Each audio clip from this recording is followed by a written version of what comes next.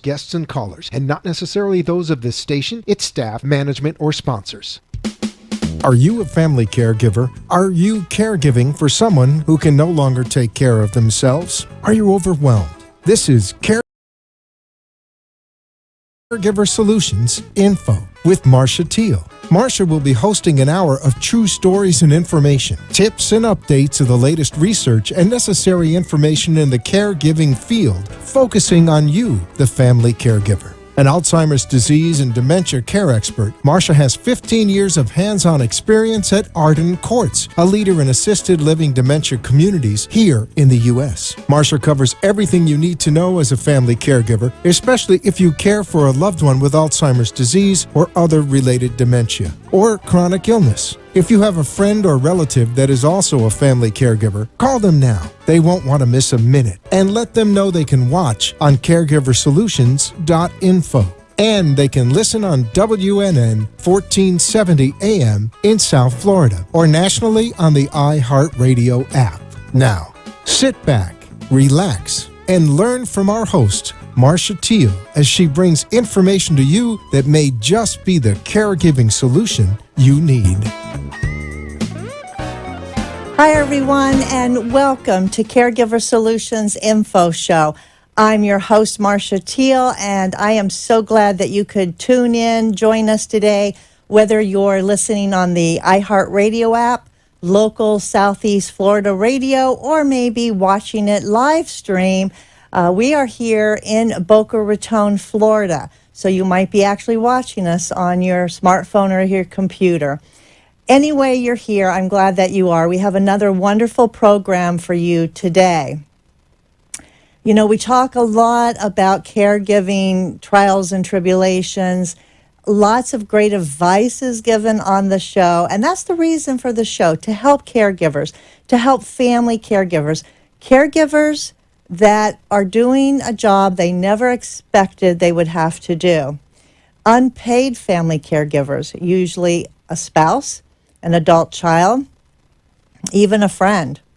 And caregiving is tough, no matter how you slice it. It's something that you kind of learn as you go. So this show was created over 4 years ago to help that family caregiver and other people who are interested in learning more about caregiving and more about dementia, because that is our focus.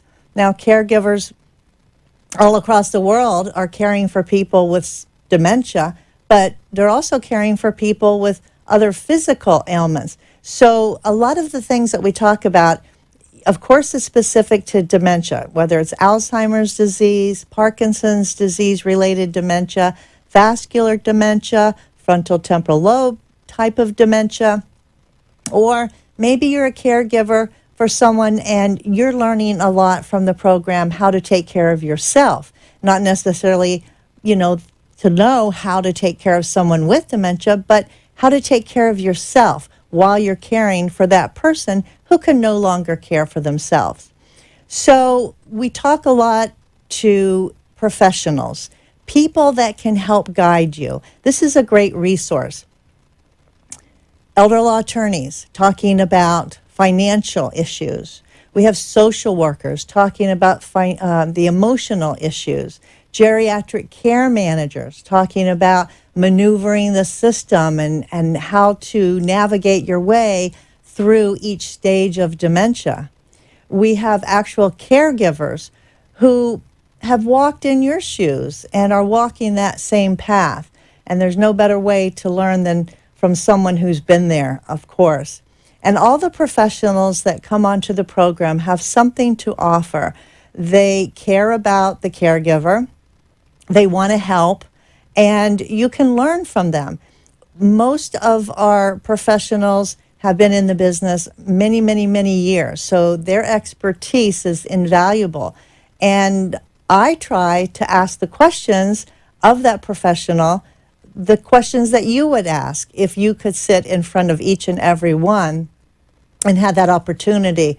So the show has been so successful, and we have helped so many people. So one of the things that we do that is very, very valuable is give away the 36-hour day book. Now, this book is sometimes referred to as the Bible of caregiving. It is a wonderful book that's written by Dr. Peter Rabins and Nancy Mays, and it's in its 5th edition, which means it's a great book that's always being revised and bringing up to date with any new information regarding research or techniques. And this book is yours just for the asking because you're watching this program. So this is a book that I would highly recommend. It is a book to have on your shelf, on your coffee table, on your nightstand, and you can pick it up. You don't have to read it front to back. You don't have to read it all at once. You can pick and choose the chapters.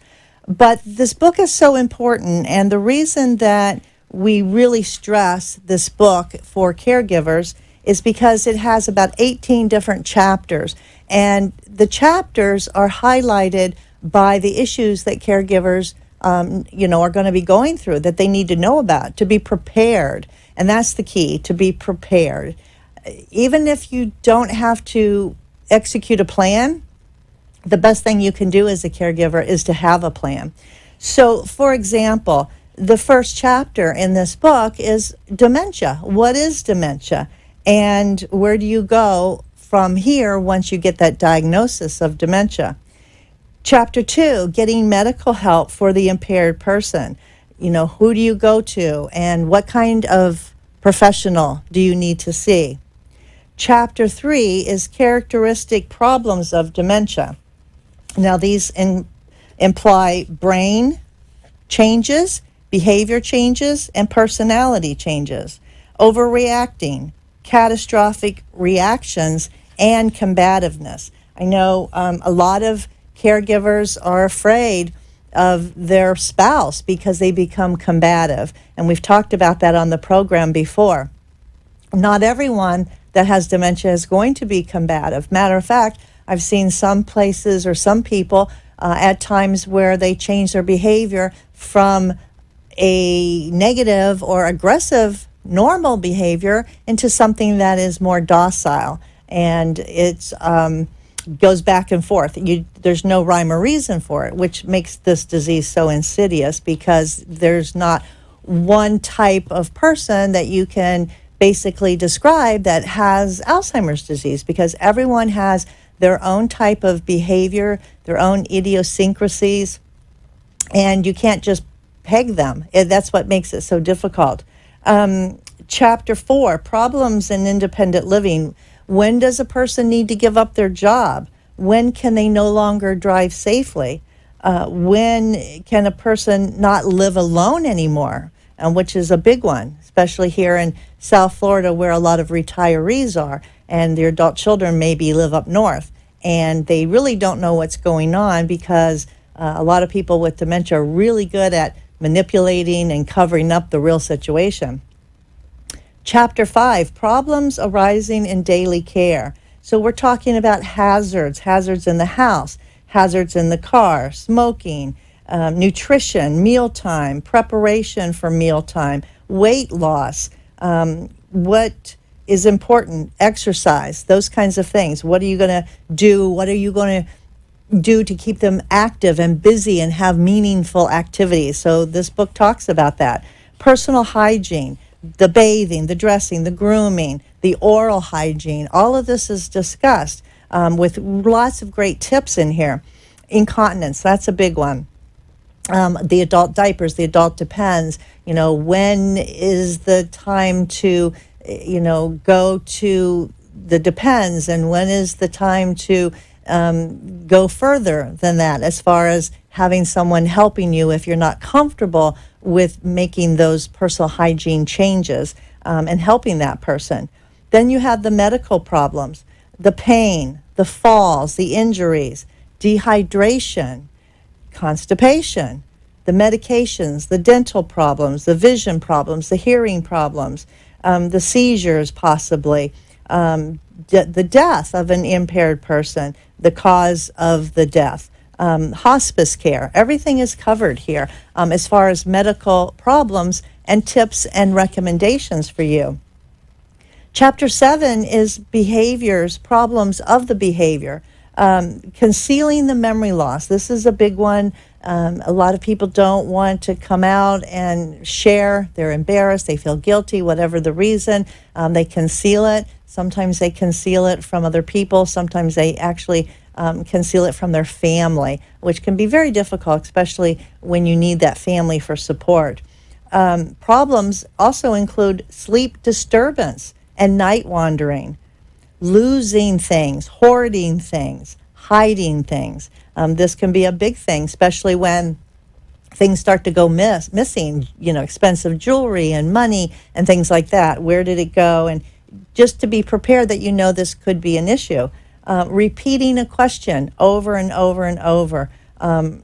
Repetition in actions, doing the same thing over and over. Distractibility, taking things, forgetting phone calls, stubbornness and uncooperativeness, and using medications to manage these behaviors. Is that good or is it not so good? Chapter 8 is problems of mood, depression, complaints about their health, suicide, I want to die, just take me out and shoot me. Sometimes we hear that. Alcohol or drug abuse, apathy and listlessness, remembering feelings, anger, irritability, anxiety, nervousness, restlessness, false ideas, suspicions, paranoia, and hallucinations. Chapter 9, special arrangements if you become ill.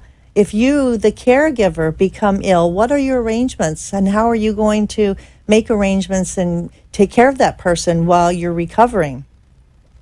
Chapter 10, getting outside help. Lot of help here on Chapter 10 with help from friends, neighbors, finding the services that you need and the kinds of services. Are you going to have someone come in the home? Who is it going to be? A friend, a neighbor, a home health company?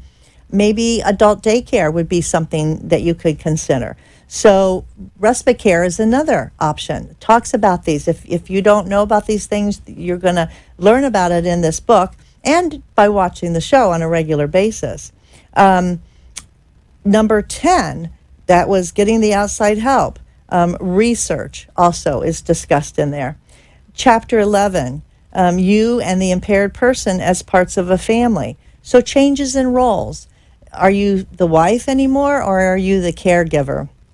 Are you the husband, or does your wife think that you're her son or her father? And so you're changing roles. And you need to learn how to adapt because you'll never win an argument with a person with dementia, so don't even try. When you're not the primary caregiver, what can you do to help? And this would be for other people, extended family, friends, neighbors. You're not the primary, but you can help too. And these are ways listed that you can do that. Chapter 12, how caring for an impaired person affects you. You, the caregiver, the emotional reactions, anger, embarrassment, helplessness, guilt, laughter, love, and joy. Yes, it is possible.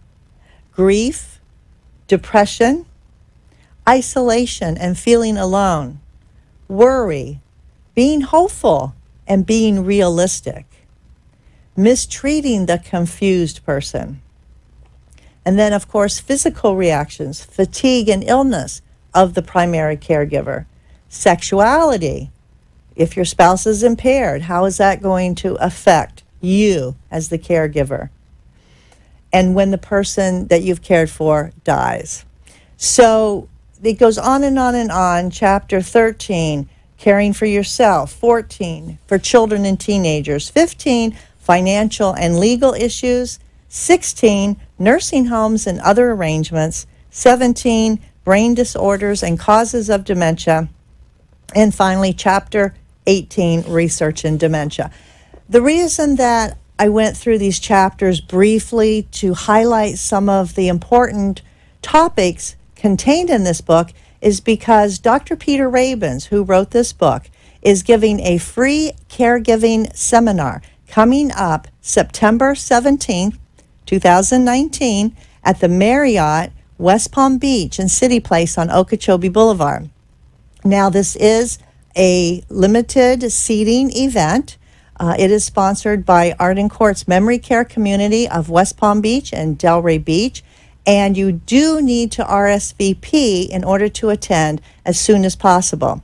So if you'd like to attend, this is a great way to learn all about the 36-hour day. The topics: meet Dr. Peter Rabins. He'll be there in person, giving all his wise advice and help to caregivers.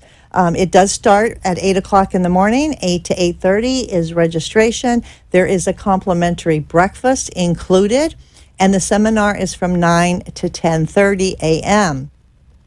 To RSVP, call 561-688-9999. Again, 561-688-9999. That's the Arden Courts Memory Care Community of West Palm Beach. They are taking the reservations for this special event. So call today. Again, seating is limited. This is a great event, a free event. You won't want to miss it. And when we come back from our commercial break, we're going to be having a special guest here, and you won't want to miss that either. So stay with us. We'll be right back.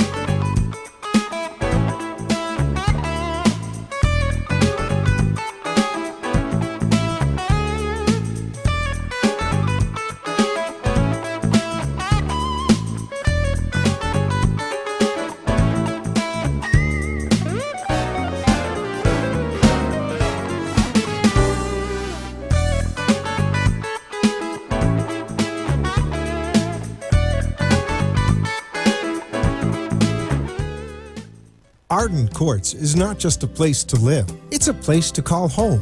Residential living combined with quality caregiving. This is the philosophy behind Arden Courts. Communities created exclusively for individuals with Alzheimer's disease and related dementia who would benefit from a safe and structured environment. For additional information about any of the unique services Arden Courts provides, call 888-478-2410 to locate a community nearest you. Inquire about our educational seminars, resource library, or support groups, or simply feel free to ask questions you may have about Alzheimer's and related dementias. At Arden Courts, we know, we understand, and we can help because memory care is all we do. Remember, call 888-478-2410 for additional information about any of the unique services Arden Courts provides. You are listening to your host, Marcia Teal, an Alzheimer's disease and dementia care expert on CareGiverSolutions.info. If you have a question or wish to share a story, call into the show at 888-565-1470 and talk with Marcia. Now, back to Caregiver Solutions. How much? We are back. Caregiver Solutions Info Show. Thanks for staying with us. I have a special guest in the studio with me today. Her name is Lorette Bagley. Lorette is a family caregiver. She is a wife who unfortunately has a husband who has been diagnosed with dementia. And we're going to be talking to her. She's going to be sharing her story, the struggles, but also the successes that she has encountered along the way. So, hi, Lorette. Thank you for Hi, coming Marcia. today. So happy to be here with you. I am so glad to be in your presence for the second time. The first time we actually met was in Tallahassee, on our way to Tallahassee for an advocacy trip and meeting the legislators to try to make more awareness and get more money funded for dementia and Alzheimer's. But today you're here to tell your personal story, and your husband's name is Carl, right? Yes. And so let's just start by talking a little bit about Carl. How old is Carl right now? Carl just turned 69. Okay. So he's pretty young. Pretty young. So what is his actual official diagnosis? It's early onset Alzheimer's. Early onset. Yes. So how long ago was he diagnosed? He was diagnosed about 3.5 years ago. Okay. And what was Carl's life's work? What did he do for a living? Carl has done many things. He has a technical background. As a matter of fact, he spent many years working for United Technologies and their research division. And then when he came down here, because of all the layoffs with Pratt & Whitney, he decided to do something that was more his passion, which is cars. And so, believe it or not, he got into car sales. Okay. And worked at a Toyota dealership for many years. Good to do your passion. Absolutely. Yeah. Makes life better. Makes your job easier. I always say. Absolutely. So life is good. Now you're working.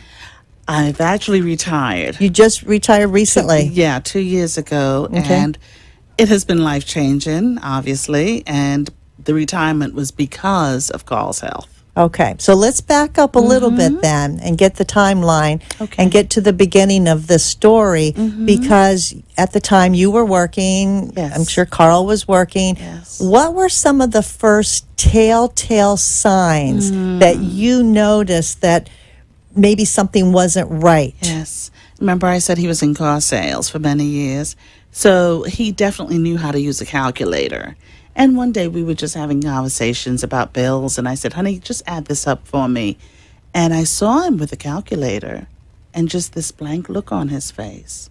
And I thought to myself, that's strange. It's like he didn't know what to do with it. So that stays in my mind, because I think that's one of the very first times that I noticed something was different. Then did you call him out on it? Not really. I think he just, I sort of giggled and said, what's going on? Don't you, know how to use the calculator? But at the time, I didn't really make much of it. But that was it. Just now that I look back, that's definitely a memory that stayed. Okay. Then what happened after that? I'm sure there were other little signs. Well, actually, he had left car sales and was now driving a bus, transit, and loved his job. And what happened, and I understand sometimes there could be a catastrophic event in your life that may act as a catalyst. And so if I look back, there was a situation where there was an accident. He was definitely cleared. There was no accountability on his part. Apparently a bicyclist veered into the path of the bus, because, they have cameras on the bus, so they were able to see that. And I will say that was probably the life-changing moment. He knew, he had heard that it was not his fault, so he knew it wasn't his fault. But I think that as humans, we never want to know that somebody was hurt, and we were present. And even though he, had no fault, I think that that's when I noticed some changes. So did that change his personality? Did you see some maybe depression? I saw some paranoia. He felt that people were getting on the bus now who knew this person, and they were somehow looking to do him harm. And initially, as a spouse, obviously you want to be supportive. But I thought, this is kind of interesting, because why would they want to harm you you So know. you at this point you're still confused. I'm Why still is he thinking confused. this? Exactly. And so it did come to the point where management stepped in and suggested that he take some time off. And they were very supportive in the sense that they suggested that he, get some psychological therapy, et cetera, et cetera. And so as a couple, we really didn't know exactly what was going on. The other event in our life at the time was that my mother had had a stroke just literally a month before. So we were already dealing with that. And now here comes this situation. And so I'm thinking, well, our lives have just been turned upside down a little bit. But then, even though he was now on administrative leave, I noticed that there was still bouts of paranoia, bouts of he's always been very cautious, but he would say to me, now you be careful, with and then I thought, okay, something's really going on. So I was glad that his company was suggesting that he, got some therapy and all of that. So did you take him up on that suggestion? Yes, absolutely. So what was the first thing that you did? Well, as I said, he was getting therapy, but here's what happened. He went back to work and things were not getting better. It just so happens that at that point he made a decision then that he did not want to drive for a living anymore.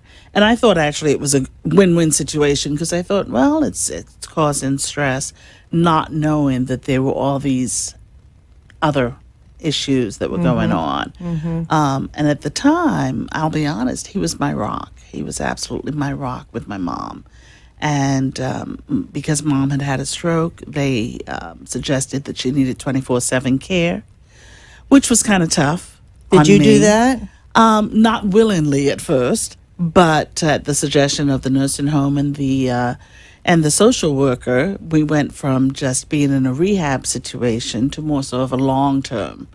So we were definitely going through a transition. So you're dealing with mom I'm and her dealing with mom. stroke issues at the Yes. same time now. Carl's got his issues and you're sort of in between. I can Yes, imagine you were yes. feeling very overwhelmed at that point. And then he said to me that I was not being supportive because when I would I guess I was in management at the time and I sort of had my management hat on when he would come home and say, well, someone was on the bus and I think they were out to get me or whatever. And I would, of course, probe a little bit and say, well, why do you think that that happened? And I thought, no one's really trying to hurt you. And then he would say, you're not being supportive. You're like the company. They think that I'm making this all up. Yeah, so now there's a little bit of conflict Yes. between the two of you that's Absolutely. caused by all of his paranoia and some of his issues. So when did you actually get an official diagnosis? So at this point, this was, just to give you a chronological timeline, this was 2015. Well, actually, when the stroke happened, it was 2011. So we had several years. And then he did go ahead and take the retirement and was home for a while. Now, the husband that I knew was always very active, very social, and involved in a lot of different things. And he lost his enthusiasm to do things. He didn't want to do any kind of part-time work. I suggested taking a computer course. None of that appealed to him. So I noticed that he was just getting, I don't want to use the word depressed, but I think at that time he was a little down and just wanted to kind of sit around the house, which was very unusual No for him. initiative or motivation? Exactly. So there was some signs there that just seemed very out of character. Just to fast forward a little bit, another catastrophic event was that he lost an aunt who was a second mom to him. She had helped raise him. And so we went to Connecticut for the funeral. And here he was, having grown up in Hartford most of his life, and he got lost trying to find his way around the city.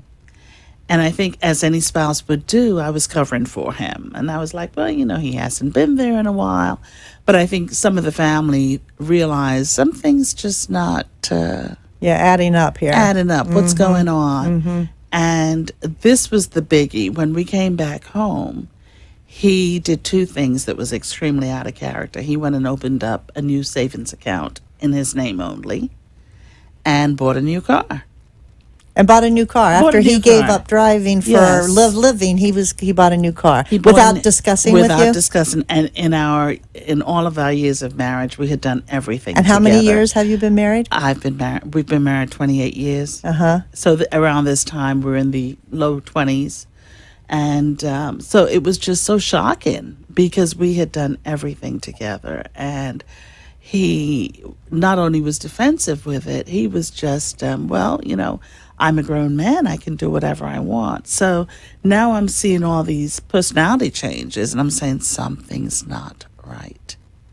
But I still didn't know, how to label. So what took it to happen before Family. Okay, so there you was get some pressure from other people? Here's what happened. He started.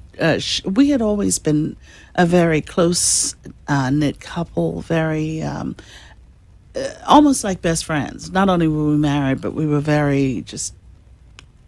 Our marriage was easy, and then he started sharing with his family how I was becoming somewhat controlling and different things that didn't exactly put me in the best light. And it to the rest of the family, it came off that we were having marital issues. Because they believed him. Of course, of course. Why wouldn't they? That was his family. And so then, of course, the car was a huge issue, the new car that he had bought. And because I wanted him to take the car back. And at the time, I knew enough as far as what I was seeing to ask for some help. So at the time, I had a conversation with the VA and asked, if we could get some tests done or whatever. Because he's a veteran. Because he's a veteran. And at the time, we did have an appointment with a therapist. That was a good thing. That was a good thing. But what happened was because he was sharing with his family that we were having problems, of course, as family would do, they said, well, maybe you guys need a little time from each other. They thought some time apart is what we needed. Really? And so he left home. Where did he go to live with other family? Yes, he went to live with other family. He has sisters also in Florida. And was this before he got to go into the therapy? Yes. Okay, so now it's delayed So now even it's longer. Exactly. And I'm just beside myself because I don't know what's going on. And so I reached out to his sisters, which I was very close to them at that time, and said, we need to do what I thought was an intervention. And at that time, I think they were just besides themselves. They didn't know what was going on. So they were at the mindset where, well, we can't really tell him what to do. He is a grown man after all. So needless to say, he left home. And that was devastating. So he's running away from himself. Yes. And I think the only way I can sum that up is he knew something wasn't right. But of course, he didn't know what it was. Right, He just and knew. he's afraid, Yes. probably deep down inside, knowing that he can't do the things he used to do, or he can't explain why he feels the way he feels. So now he's running away from you, from himself, from the therapy that you're trying to get for him. Exactly. And how long did that last? That lasted a couple of months. I was without my husband Thanksgiving, Christmas, and New Year's. And it was, it was such a change because, like I said, we had always done everything together. So what I was getting now was that he would say to me things like, "Oh, I'm not coming back. Sell the house." And one of the things that was known, not just by family, but our friends, is when my mother moved in with us, I was so proud of him because for a man to let his mother-in-law move in. Yeah, good guy. So all he wanted out of that was a man room, like a man cave. And I used to joke that it was the smallest room in the house with the largest TV, of course, right? But so everyone kept saying, Carl left his man room? That was a big deal. And the fact that he says he's not coming back home, it was just really shocking to me. I just couldn't understand that.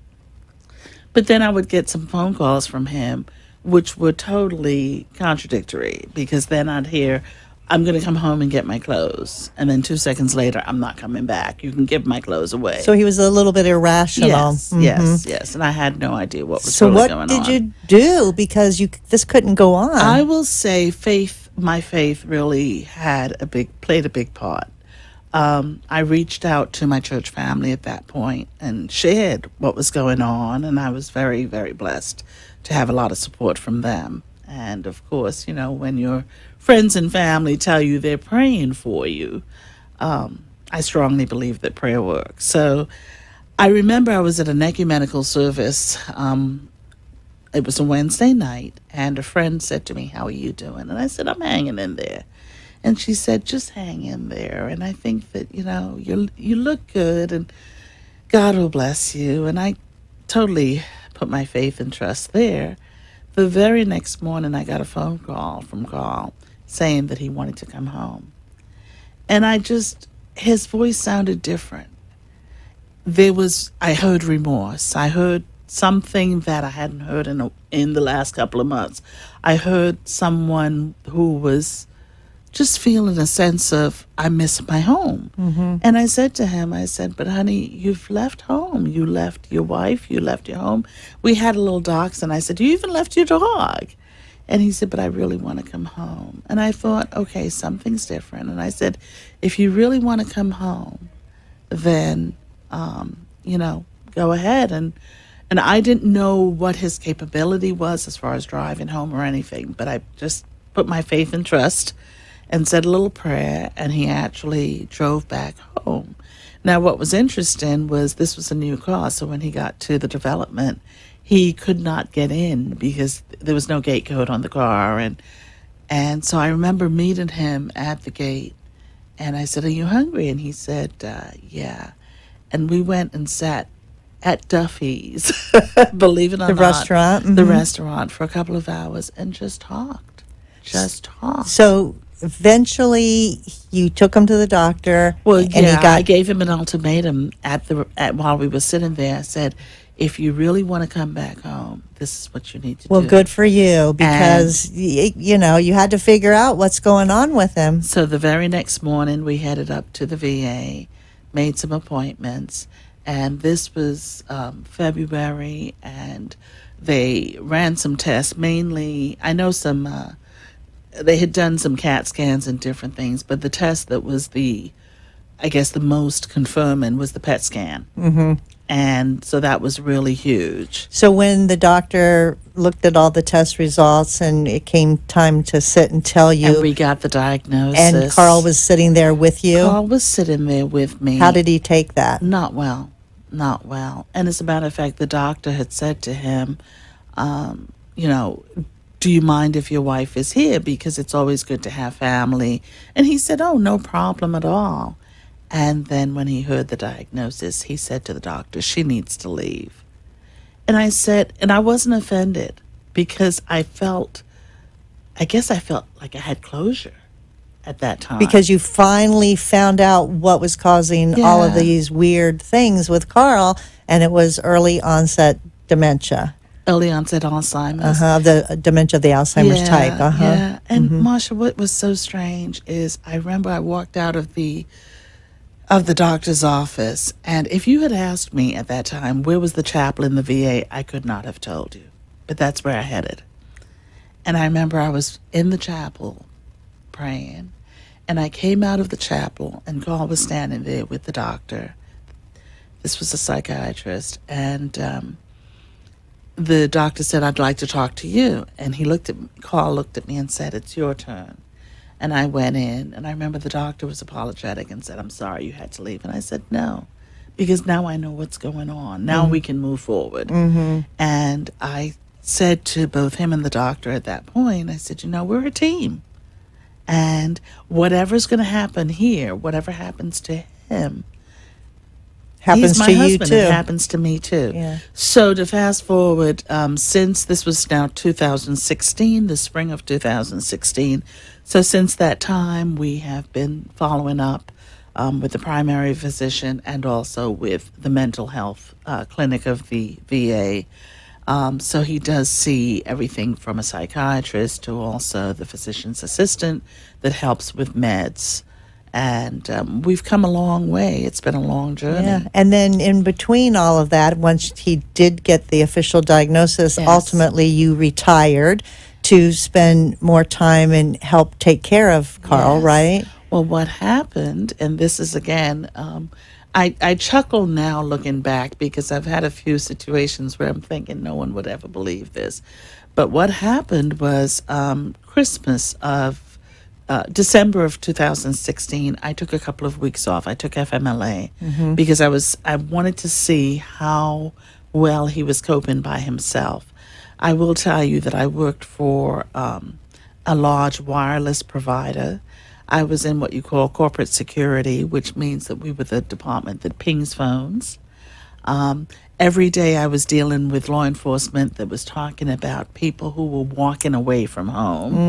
And so it was so... Silver alerts and Yes, things like that. exactly. And here I was, we were not allowed to have our phones during work hours. I had to wait until I was on a break or at lunch. And so imagine the anxiety when I would call home and couldn't reach him. Sure. So I decided to take a couple of weeks off, and during those couple of weeks, I realized that he could no longer take care of himself. And so I decided to take the early retirement. I was 3 years away from retirement, and I realized that family came before anything else. And so that's what I did. But here's what happened. So the week before I retire, he had a fender bender. Thank God nobody was hurt, but his car was in the shop.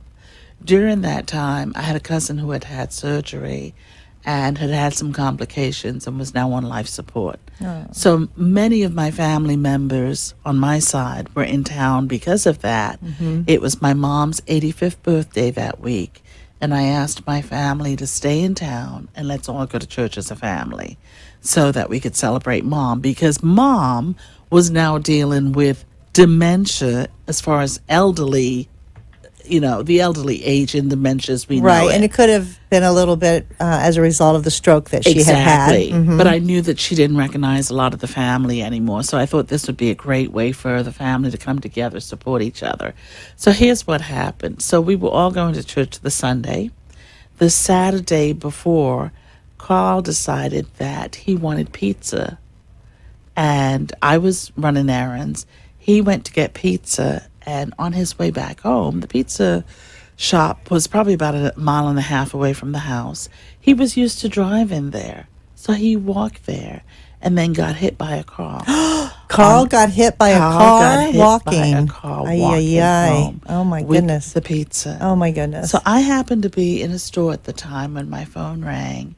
And of course, when we don't recognize the number, we don't answer the phone. Right. I saw it went to voicemail. I picked up the voicemail and I hear, "This is Deputy so-and-so. Please call me regarding your husband." Your heart must have been in your stomach. So I called the deputy and I heard two things. I heard your husband has been struck by a vehicle and trauma-hawked to St. Mary's. My cousin was with me. She said all she knows is that I just went down. And anyway, I had the presence of mind. I had to get to the accident scene, which was close to home. But that night changed my life forever, because when I got to St. Mary's, I had developed what I call a default statement by saying, "My husband is in the early stages of Alzheimer's." It felt very comfortable. Okay. And the nurse looked at me, who was doing, his history, and she said, "I knew that in the first 5 minutes." And it was like someone had just thrown cold water on me. A wake-up call for you. A wake-up call for me.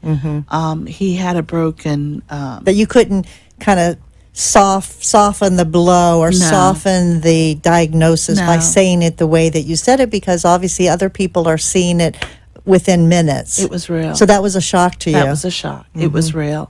And so needless to say, they did emergency surgery. He had a broken... I think it was either tibia or fibia in his ankle, and surgery went well, but of course he needed several weeks of rehab after that. And so I still hadn't learned my lesson. I'm talking to one of the physical therapists in rehab one day, and again I said the comfortable statement, well, because she was telling me he wasn't being very cooperative. And again I said, well, he's in the early stages of Alzheimer's. And she looked at me and shook her head. So the wake-up call happened again. Shook her head, meaning, no, he's not in the early stages anymore. And so my reality was changing. So you're seeing that, okay, we're past that. It's getting worse. This is progressive. Yes. So what's your plan going forward? Well, long story short, he recovered very nicely. That's good. We're very, very blessed and very thankful for that. But what happened is he then, once he started walking again, started wandering away from home. So that was the next dilemma that I had to deal with. I was very thankful that the Veterans Administration suggested that I get in touch with Alzheimer's Community Care, which I'm now part of their family. And I'm very thankful because they have a program called ID Locator. That's a bracelet that if you have a loved one that walks away from home, they can track them. And so we've been able to use that very successfully 3 different times. So he has gotten out, but he had the bracelet on, Yes. so then they located They him located before he got in trouble again. Yes. And to show you how important that bracelet has been is that my mom passed away last year, and so several members of his family suggested that I take a little time away. They had a timeshare in Mexico and invited me down. And as I was in Mexico, I got a call. He was in a rehab, and we thought very safe. And I got a call saying that he was walking away, and I needed to return pronto, so that otherwise they were going to have to take drastic steps. So I came back early, and I've learned 2 things now with my journey. Whenever I have to place him, because one of the things I've learned is I need respite from time to time in order to be a capable caregiver. I have to, everyone always says to me, you have to take care of yourself. But the things that I need to know is it has to be a locked facility and it has to be a memory care. And so when I'm talking to other caregivers who are going through the same thing, I very readily share my experiences because I feel that that's the only way that we can learn is to pass on the information. Carl is doing amazingly well. Good. Glad to hear that, considering. Yes. And we've come full circle as far as family support.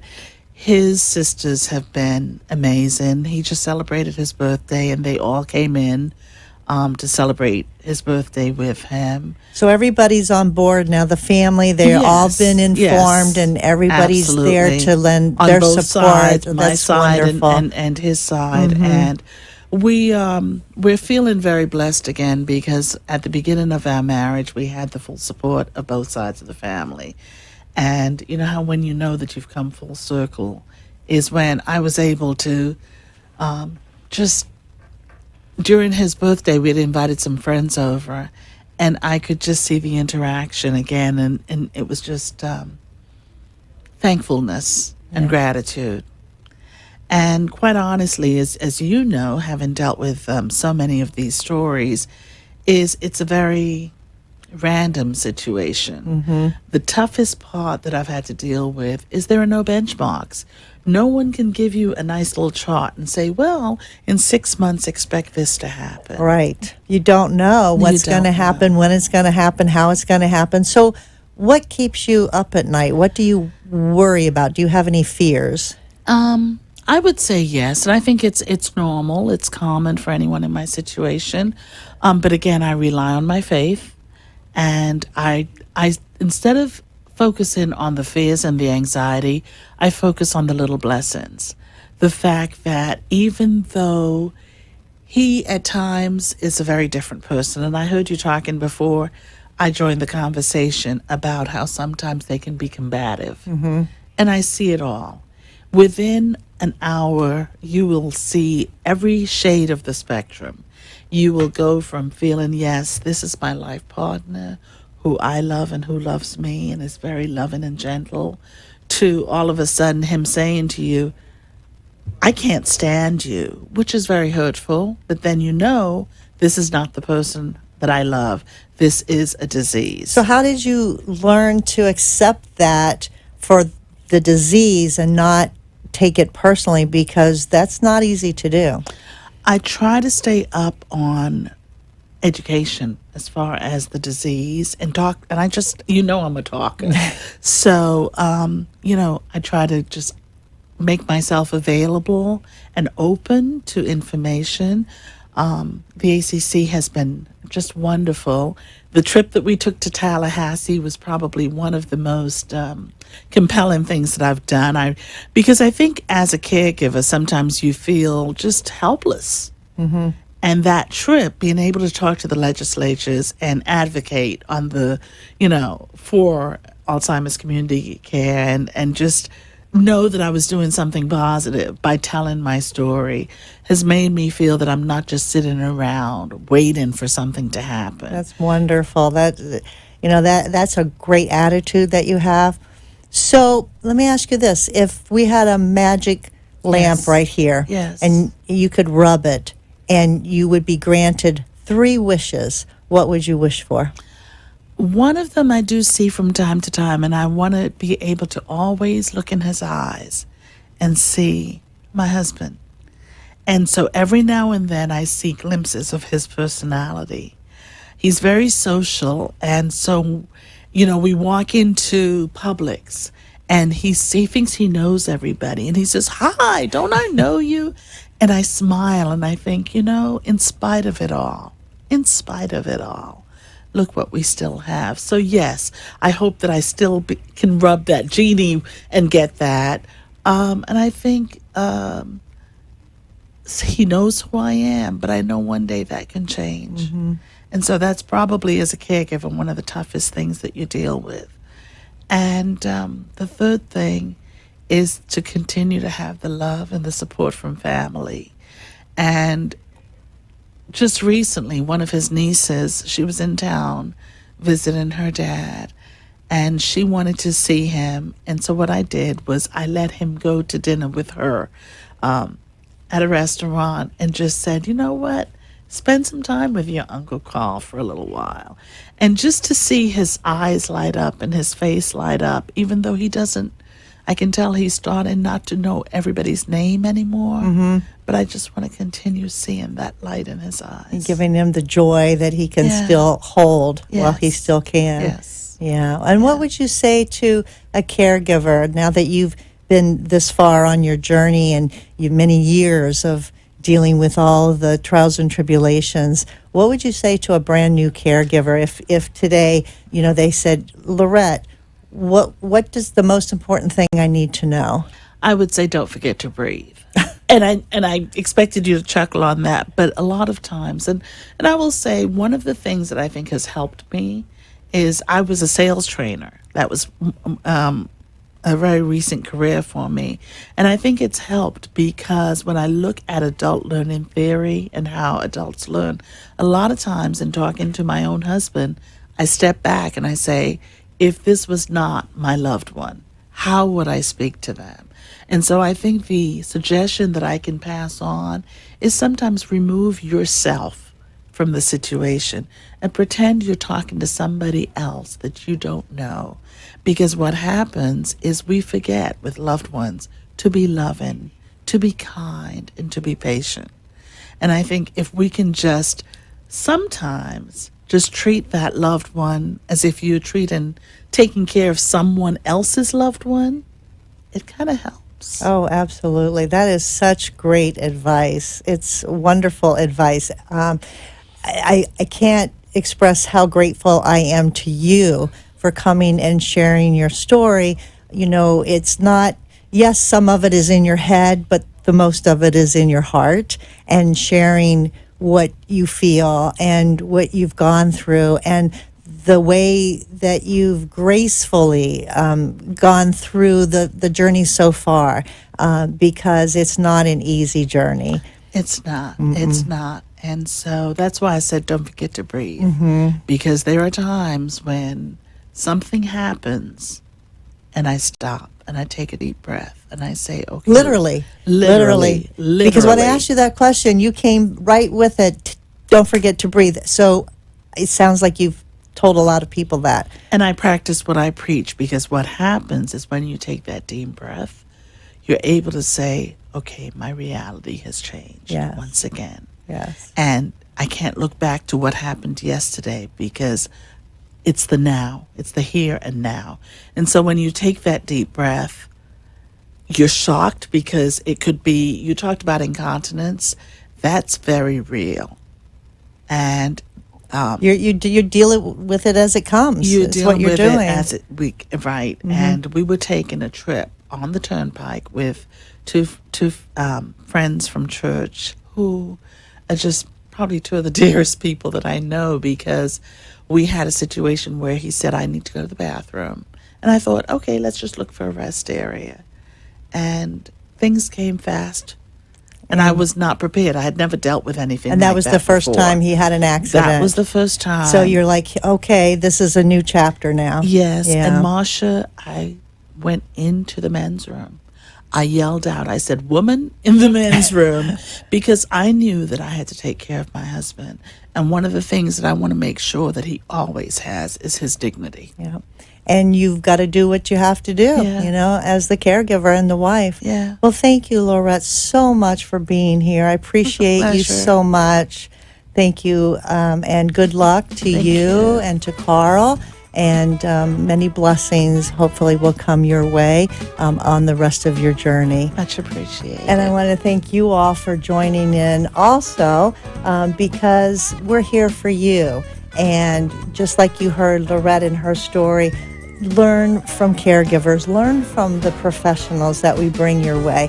I'll go ahead and offer this 36-hour day book and thank our national sponsor for this, Arden Court's Memory Care Community. It's our national sponsor. This book is yours free. All you have to do is call the toll-free number of 888-478-2410, 888-478-2410 to get the free 36-hour day book. So we'll be back next week, same time, same place. In the meantime, don't forget, give somebody a hug, because they need it and so do you. Take care, and we'll see you next time. Thanks for joining us for this week's Caregiver Solutions with Marsha Teal. Join us next week as Marsha, who has 15 years of Alzheimer's disease and dementia care experience, brings you more needed information to help with the care of your loved one. This show can be seen again on caregiversolutions.info, and questions can be left on the site, which may be used on the program to help others. See you next week for more Caregiver Solutions.